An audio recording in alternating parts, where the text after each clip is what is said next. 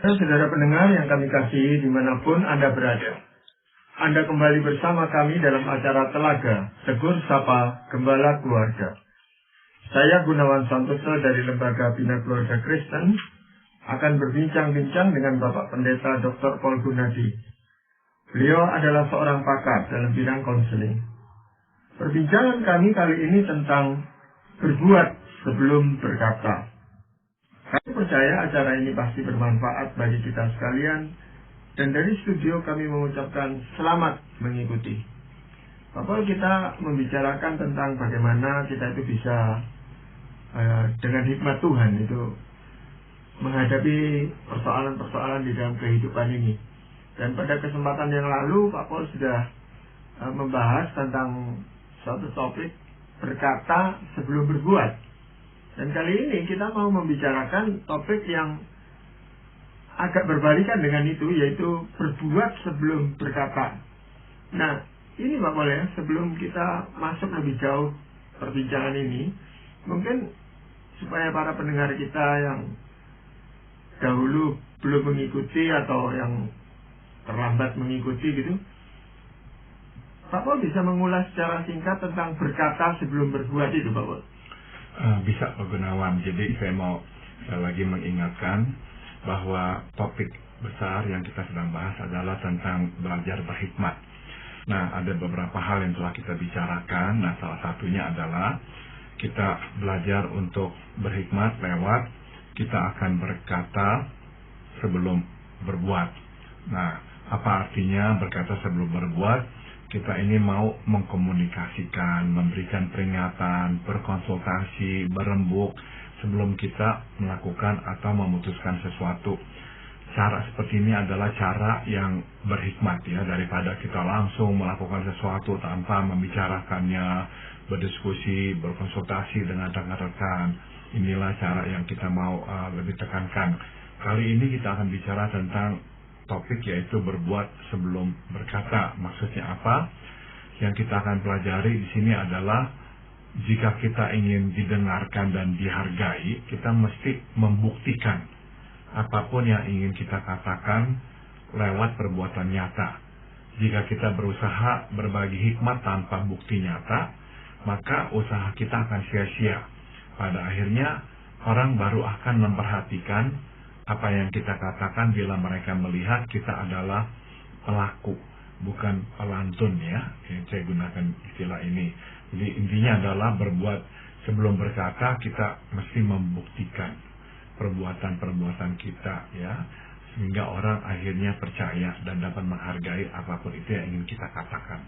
Iya, jadi kalau kita berkata sebelum berbuat itu tujuannya supaya kita mendapat masukan, mendapat pandangan yang baru dari orang lain, sehingga kita perlu mendengarkan apa yang mereka katakan. Yang sekarang kita bicara tentang berbuat sebelum berkata, ini untuk meyakinkan atau memberikan pembuktian nyata bahwa apa yang kita katakan itu benar gitu Pak Paul.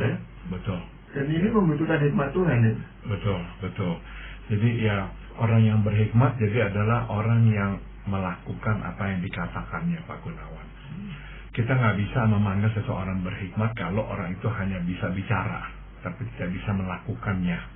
Dan nanti kita akan lihat juga bahwa memang ada keterkaitan yang erat antara melakukan dan berhikmat. Kalau kita hanya secara teoritis ya, membahas wacana hikmat, ya hikmat itu akan terbatas, karena hikmat itu adalah hikmat yang mungkin kita baca dari buku atau apa. Tapi kalau kita terjun, kita melakukannya dan kita belajar dari pengalaman hidup, maka hikmat yang kita petik itu adalah hikmat yang real, yang benar-benar bisa bermanfaat bagi orang lain. Ya, tetapi ada juga pembicara yang mengatakan bahwa kita ini sama-sama belajar gitu Pak Paul. Jadi dia membicarakan sesuatu, dia sendiri juga belum tentu bisa melakukan itu. Dia dengan jujur mengatakan hal itu Pak Paul. Misalnya saja bicara tentang mengasihi gitu. Dia berkata, saya terus terang belum bisa mengasihi dengan sungguh-sungguh, tetapi saya perlu menyampaikan hal ini kepada hadirin sekalian. Nah, ini seperti apa Pak? Sudah tentu ya baik ya kalau orang itu mengakui bahwa dia belum berhasil, tapi dia sedang mencoba untuk melakukannya. Jadi yuk kita belajar bersama-sama, itu baik. Tapi saya kira kita nggak bisa sangkal kita akan belajar lebih banyak dari orang yang telah berhasil. Ya, meskipun dia jatuh bangun, tapi akhirnya berhasil. Nah, apa yang dia peroleh lewat pengalamannya itu lebih bermanfaat ya buat kita. Contoh, misalkan orang ini bergumul ya untuk memaafkan orang yang telah melukainya. Nggak gampang, tapi akhirnya setelah jatuh bangun, dia berhasil memaafkan orang yang telah bersalah kepadanya.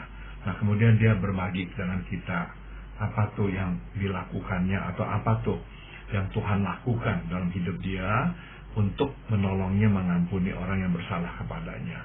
Dan dia berkata, karena saya melakukan itu, saya mengikuti apa yang Tuhan ajarkan dengan cara-cara seperti ini, akhirnya saya bisa mengampuni. Nah, sudah tentu kita akan belajar sesuatu dari orang yang telah berhasil melakukannya. Dari orang yang masih bergumul dan belum berhasil melakukannya, ya kita hanya akan merasakan ya bahwa dia itu orang yang jujur, dia terbuka, dia mengajarkan apa yang benar, tapi ya cara-cara konkretnya ya kita nggak akan belajar dari dia. Iya. Tapi itu pun harus sangat hati-hati Bapak ya disampaikan tentang keberhasilan dia. Karena ini bisa juga menjadi semacam kesombongan tersendiri yang dirasakan oleh pendengarnya gitu. Seolah-olah dia sudah mampu melakukan itu lalu disaksikan gitu, dan orang kesannya orang ini sombong sekali gitu, tinggi hati sekali gitu. Iya, sudah tentu ya kita selalu harus was-was. Jangan sampai keberhasilan kita ya melakukan kehendak Tuhan menjadi bahan untuk menyombongkan diri ya. Jadi motif kita harus jelas bahwa kita berbagi bukan untuk mengkuliahi orang, tapi untuk ya berbagi berkat. Kalau ini telah menolong saya, ya saya mau saudara tahu, supaya saudara juga bisa belajar dan memanfaatkan apa yang telah saya pelajari ini untuk bisa melakukan yang Tuhan kehendaki. Iya. Jadi bagaimana kita supaya jadi pelaku firman ini? Jadi gini ya, sebelumnya ya saya juga mau singgung satu hal lagi, yaitu tema menjadi pelaku bukan hanya pendengar firman mengalir dengan deras di Alkitab ya Pak Gunawan, terutama di surat Yakobus. Firman Tuhan di surat Yakobus berkata, tapi hendaklah kamu menjadi pelaku firman dan bukan hanya pendengar saja, sebab jika tidak demikian kamu menipu diri sendiri. Nah, sini kita lihat ya dengan jelas firman Tuhan menyuruh kita melakukan, bukan hanya mendengarkan firman Tuhan. Dan dalam surat yang sama kita pun dapat mendengar nasihat Yakobus kepada kita semua untuk meminta hikmat dari Tuhan. Tapi apabila di antara kamu ada yang kekurangan hikmat, hendaklah ia memintakannya kepada Allah. Dari sini dapat kita simpulkan bahwa menjadi pelaku firman dan memperoleh hikmat adalah dua hal yang bertalian erat. Singkat kata, makin sering kita menaati firman Tuhan, makin bertambah hikmat Tuhan dalam diri kita. Makin kita berbuat, makin kita berhikmat. Nah, jadi apa yang harus kita lakukan? Langkah pertama adalah kita memang harus kembali kepada firman Tuhan. Kita belajar apa yang firman Tuhan katakan dan berusaha dengan pertolongan Roh Kudus menaatinya atau menerapkannya. Nah, waktu kita melakukan firman Tuhan, maka kita akan menimba banyak hikmat. Iya, dalam hal ini Tuhan Yesus sendiri juga pernah menyampaikannya gitu Pak, pada saat bagian akhir dari khotbah di bukit itu kan dia memberikan perumpamaan untuk orang yang membangun rumah di atas pasir dan di atas batu gitu. Yang dikehendaki kan yang bukan cuma mendengar, tetapi melakukan firman Tuhan itu di dalam kehidupannya. Betul. Tetapi itu kan menjadi sesuatu yang sangat sulit itu untuk dilakukan itu. Iya. Jadi melalui suatu pergumulan, melalui suatu proses jatuh bangun dan sebagainya, ya orang mencoba untuk melakukan kebenaran firman Tuhan itu.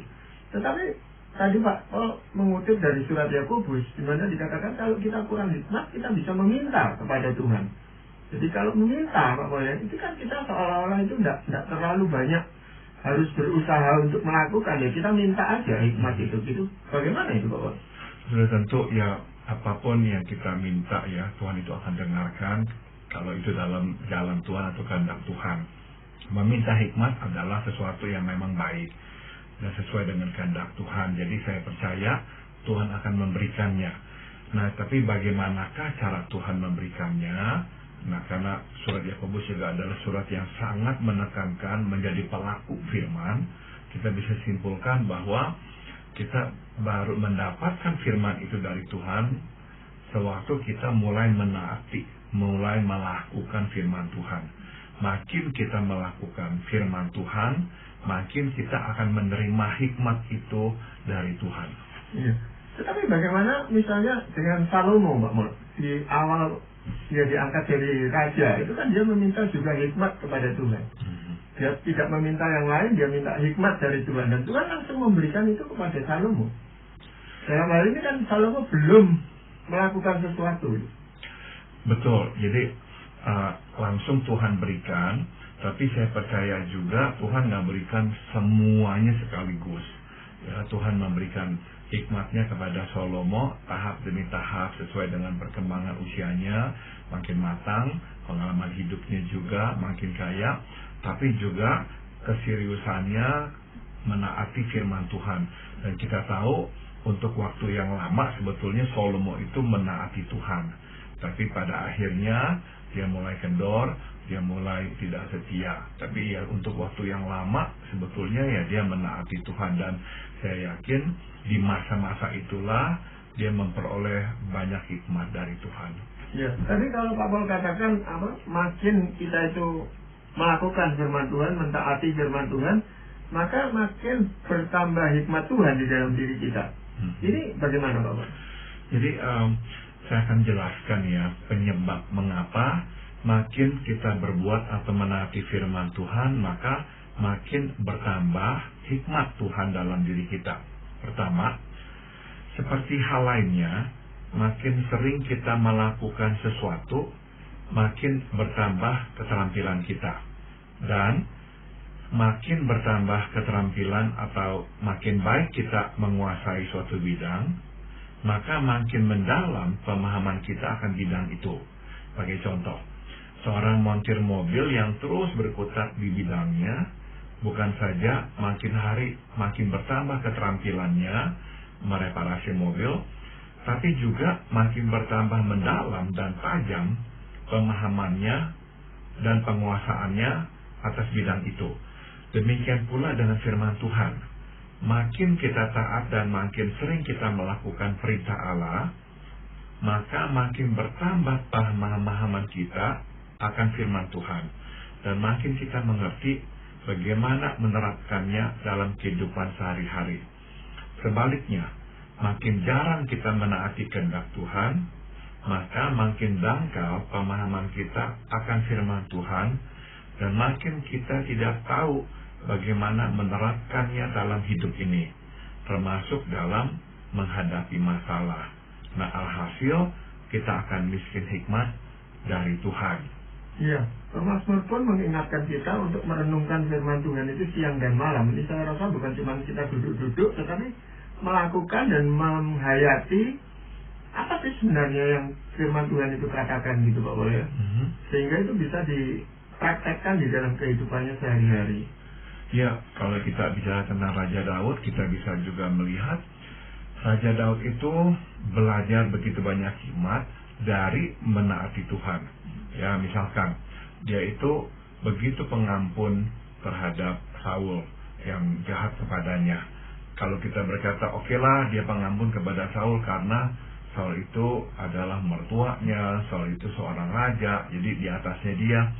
Tapi kita lihat bahwa Daud belajar mengampuni, dan bukan hanya dia terapkan dalam hubungannya dengan Raja Saul, tapi juga dengan orang lain. Ya, kita tahu misalnya dia itu tidak jadi membunuh Nabal gara-gara Nabal itu menghina dia karena permintaan istrinya Abigail. Juga kita tahu setelah Daud menjadi raja, Daud sengaja mencari anak Yonatan, Mephibosheth, supaya dapat diundangnya masuk menjadi anggota keluarganya sendiri. Nah, dari situ kita melihat Daud belajar berhikmat mengampuni orang. Kenapa? karena dia memang belajar menaati Tuhan. Jadi kita lihat suatu keterkaitan yang erat ya. Orang yang berusaha menaati firman Tuhan dan yang menjalankannya akan berhikmat, akan makin hari makin berhikmat. Jadi sebaliknya, kalau orang itu tidak melakukan kehendak Tuhan, dia juga nggak akan bisa memperoleh hikmat itu. Saya berulang kali melihat kebenaran ini, Pak Gunawan. Saya sudah berjumpa dengan orang yang berpendidikan tinggi, tapi tidak tahu bagaimana menerapkan prinsip firman Tuhan dalam menghadapi masalah.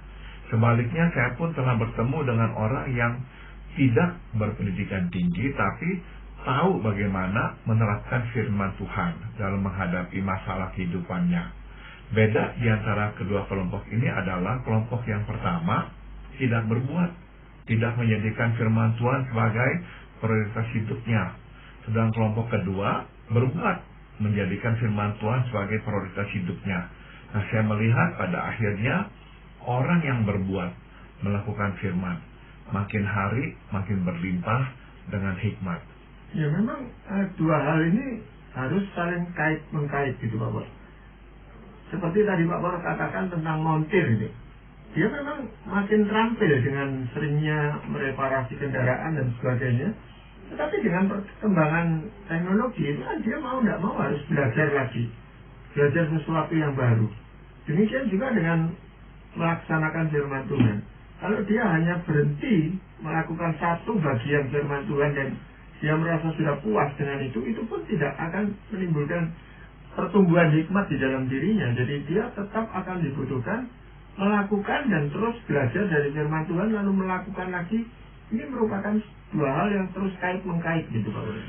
Tepat sekali Pak Gunawan. Jadi kalau kita itu tuh berhenti menerapkan firman Tuhan, berhenti pula lah pertumbuhan iman kita, dan berhenti pula hikmat kita dalam menghadapi hidup ini. Tapi orang yang terus-menerus melakukan firman Tuhan, makin hari dia makin berhikmat, dia makin mengerti ya bagaimana menerapkan firman Tuhan di dalam kehidupannya. Sekali lagi kita bisa memang melihat kenapa kok Tuhan itu ya secara berkala memperhadapkan kita dengan tantangan yang berat ya. Tantangan yang kita nggak pernah alami sebelumnya. Nah, apa yang Tuhan ingin lakukan ya lewat tantangan seperti itu? Sudah tentu memang ada beberapa kemungkinan atau tujuannya, tapi salah satunya adalah agar kita itu belajar untuk menerapkan firman Tuhan. Dan waktu kita berhasil menerapkan firman Tuhan dalam situasi itu, kita akan bertambah ya dalam hikmat kita. Saya pernah sampai 8 bulan tidak punya pekerjaan. Saya harus bergantung pada istri saya yang harus bekerja. Tapi ya puji Tuhan, akhirnya setelah 8 bulan saya bisa memperoleh pekerjaan lagi. Nah, saya masih ingat itulah waktu di mana saya itu ditantang untuk percaya kepada Tuhan. Bisa saya benar-benar tuh meyakini bahwa Tuhan akan memelihara saya seperti Dia memelihara burung di udara. Nah, waktu saya terus menaati, saya melihat Tuhan bekerja mencukupi saya dengan cara-cara yang tak pernah saya bayangkan sebelumnya. Nah, lewat semua itu bertambahlah juga hikmat saya tentang siapakah Tuhan, tentang bagaimanakah menerapkan firman Tuhan dalam hidup saya. Iya.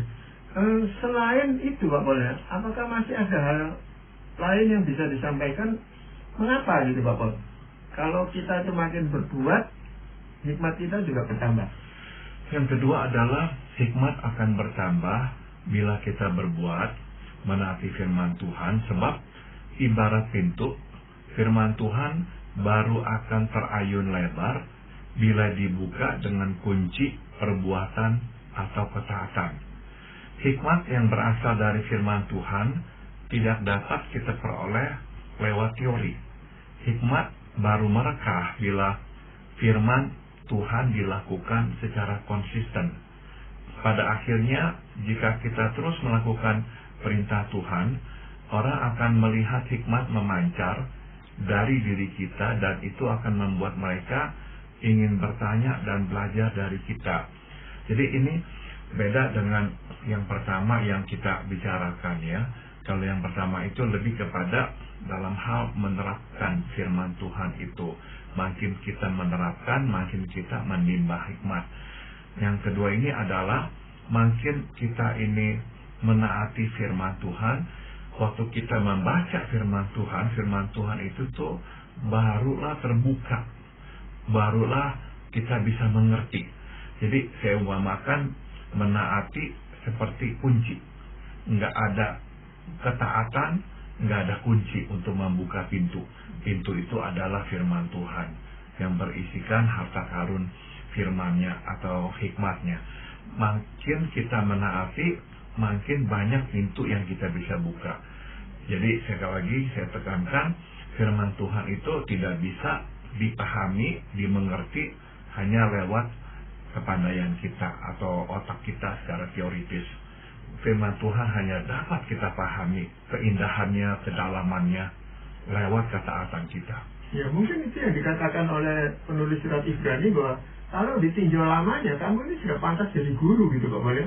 Tetapi karena tidak pernah dipraktekkan di dalam kehidupan sehari-hari, maka yang mereka ketahui ya cuma itu-itu aja gitu Pak Paul ya. Tidak membuat orang tertarik untuk mengetahui lebih jauh juga. Betul. Ini menjelaskan Pak Gunawan kenapa ada orang-orang yang memanggil dirinya Kristen dan sudah lama ya menjadi orang Kristen, tapi kok pengertiannya akan firman Tuhan dangkal sekali ya. Tapi ada orang-orang yang belum lama menjadi anak Tuhan, tapi kok pengetahuannya, hikmatnya kok bisa begitu dalam. Nah bedanya adalah memang di ketaatannya ini.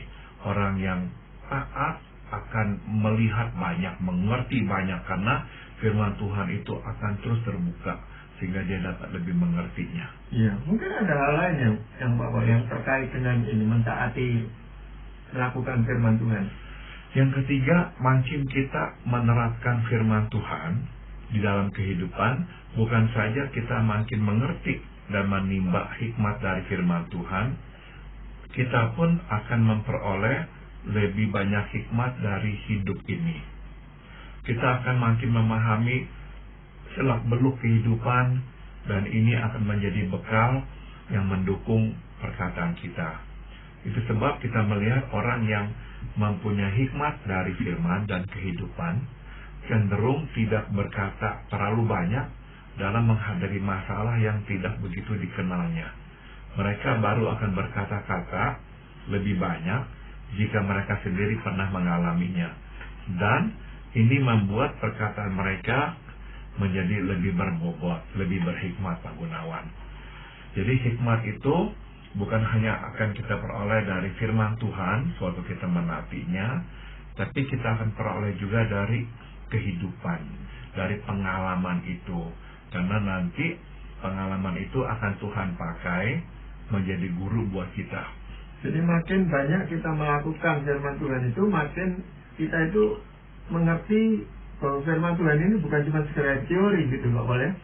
Melainkan sesuatu hal yang praktis yang bisa dilakukan di dalam kehidupan sehari-hari. Betul sekali Pak Gunawan. Jadi misalkan kita menghadapi suatu situasi ya yang memang nggak gampang, kemudian ya kita berdoa, kita pelajari firman Tuhan, kita coba terapkan firman Tuhan, akhirnya kita bisa lewati peristiwa itu atau situasi tersebut. Kita akan belajar bukan saja dari firman Tuhan itu, tapi juga dari situasi tersebut, dari apa yang kita alami dalam hidup kita itu. Iya. Tetapi kalau ada orang yang hanya melakukan sesuatu yang baik saja, sesuatu yang benar gitu aja Pak Paul ya, tanpa dia mempelajari firman Tuhan, apakah itu juga akan menimbulkan hikmat di dalam dirinya? Bisa Pak Gunawan. Jadi orang ini misalnya ya nggak begitu mengenal firman Tuhan, tapi dia memang juga orang yang mau ya belajar dari pengalaman hidup.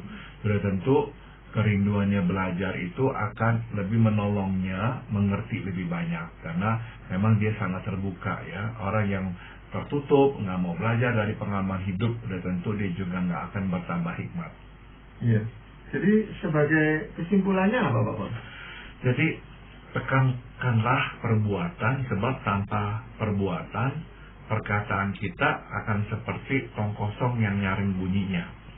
Atau sebagaimana dikatakan oleh Santo Francis dari Assisi, beritakanlah Injil manakala perlu, baru gunakan perkataan. Nah, saya kira kita bisa mengerti maksudnya Santo Francis dari Assisi ya, bahwa untuk bisa memberitakan Injil dengan efektif, kita mesti menjadi pelaku terlebih dahulu. Nanti barulah kita gunakan perkataan. Kita perlu berbuat sebelum berkata. Inilah ciri orang yang bijak, dan inilah sikap hidup yang mengundang hikmat. Tadi kita udah bahas poin yang terakhir ya, adalah kalau orang itu memang bijak ya, dia itu tuh kalau nggak pernah mengalami sesuatu, dia akan lebih berhati-hati memberikan nasihat kepada orang. Meskipun mungkin saja secara teoritis dia tahu, tapi kalau dia belum mengalaminya, dia akan berhati-hati bicara. Jadi kita melihat orang yang bijak akan sangat menekankan pada kehidupan nyata, perbuatan yang jelas meneguhkan. Siapakah di antara kamu yang bijak dan berbudi? Baiklah ia dengan cara hidup yang baik menyatakan perbuatannya. Bahwa hikmat itu lahir dari kelemah lembutan. Jadi waktu kita ini memang mau menunjukkan hikmat kita. Jadi memang firman Tuhan yang kita terima, yang kita terapkan di dalam kehidupan sehari-hari, itu pun harus dilakukan dengan ini. Dan para pendengar sekalian, kami mengucapkan banyak terima kasih karena Anda telah mengikuti perbincangan kami dengan Bapak Pendeta Dr. Paul Gunadi dalam acara Telaga, Tegur Sapa Gembala Keluarga. Kami baru saja berbincang-bincang tentang berbuat sebelum berkata. Bagi Anda yang berminat untuk mengetahui lebih lanjut mengenai acara ini, silakan menghubungi kami lewat surat. Alamatkan surat Anda ke Lembaga Bina Keluarga Kristen atau LBKK, Jalan Cimanuk 56, Malang. Kami juga mengundang Anda mengunjungi situs kami di www.telaga.org. Saran-saran, pertanyaan, serta tanggapan Anda sangat kami nantikan. Akhirnya dari studio kami mengucapkan terima kasih atas perhatian Anda, dan sampai